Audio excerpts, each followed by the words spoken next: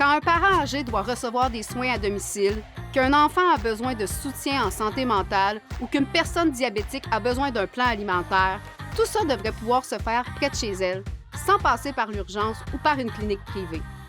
C'était ça l'idée des CLSC, des équipes publiques, multidisciplinaires, responsables d'un territoire et capables d'évaluer, d'intervenir et d'assurer un suivi continu auprès de la population qu'elles desservent. Mais les gouvernements ont plutôt choisi de miser sur les GMF, des cliniques privées, financer même les fonds publics. Sans surprise, ça n'a pas été un choix très heureux.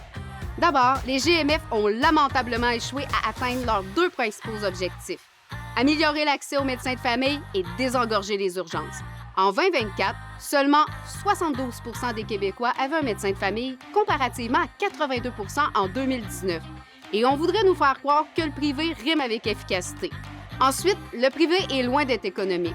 Prenez les soins à domicile. En 10 ans, les dépenses pour le personnel des agences privées ont été multipliées par 10, alors que le nombre d'heures travaillées, lui, n'a été multiplié que par 4. Pour les économies d'échelle, on repassera.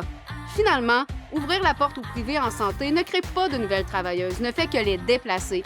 Et c'est comme ça qu'en à peine 6 ans, les CLSC ont perdu 75 % de leurs heures de consultation psychologique au profit des GMF.